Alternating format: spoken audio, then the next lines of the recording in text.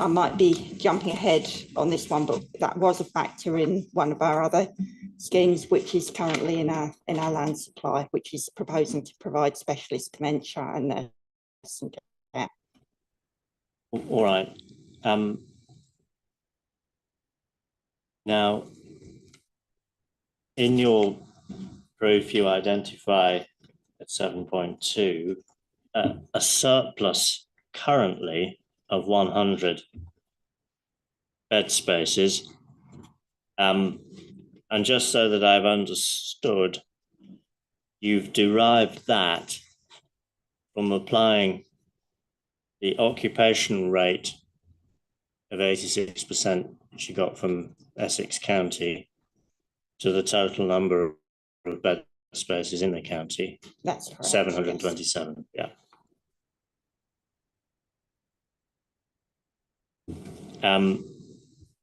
Now, obviously, Mr. Tennant doesn't accept the figure of 100. When you mentioned that you've updated, you've been in touch with. Yes, we have telephoned the care and homes. This is since the.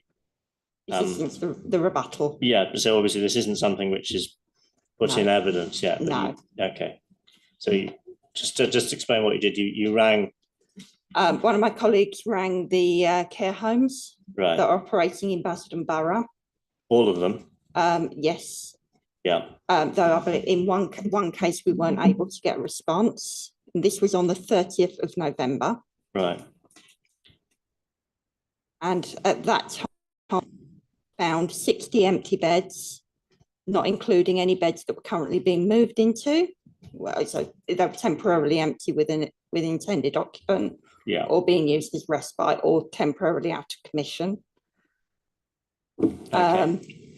And that doesn't include the newly opened Brook Lodge care home,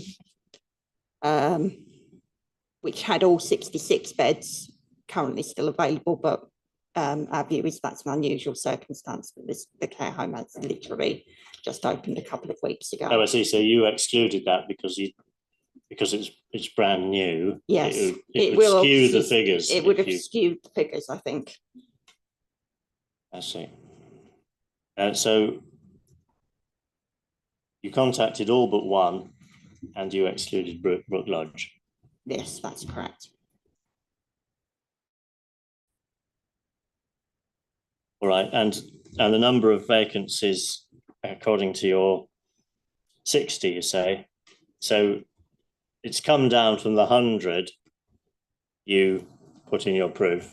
On that particular day, there were 60 empty. By the nature of care homes, I would say they constantly have residents coming and going. But I think our general conclusion from this is there is a significant number of vacancies on any given day for any resident wishing to move into a care home for the first time. Right. I wouldn't conclude, given that, I wouldn't conclude that there are any residents living in what might term general housing, which could include various specialist schemes for older people who live independently, who are not living in a care home because they can't secure a suitable vacancy. Sorry, say that again. Sorry, I'll repeat that again. Given the results of this survey and our engagement with Essex County Council, I would not conclude that there are residents who are currently living in independent dwellings who wish to move into care homes but cannot find a suitable vacancy.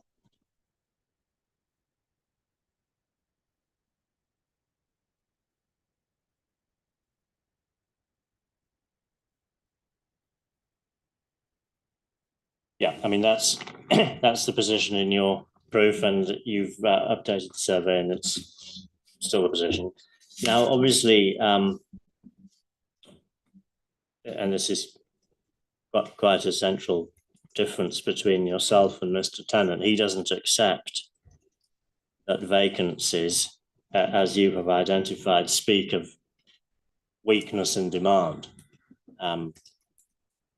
He says instead that the vacancies are more indicative of poor quality in the care homes and a structural churn, which I suppose he means that he'll explain. If not, that as you're indicating, each day people come and go. There's always going to be a little bit of, to a certain extent, there will always be some vacancies arising from churn. Yeah. Okay.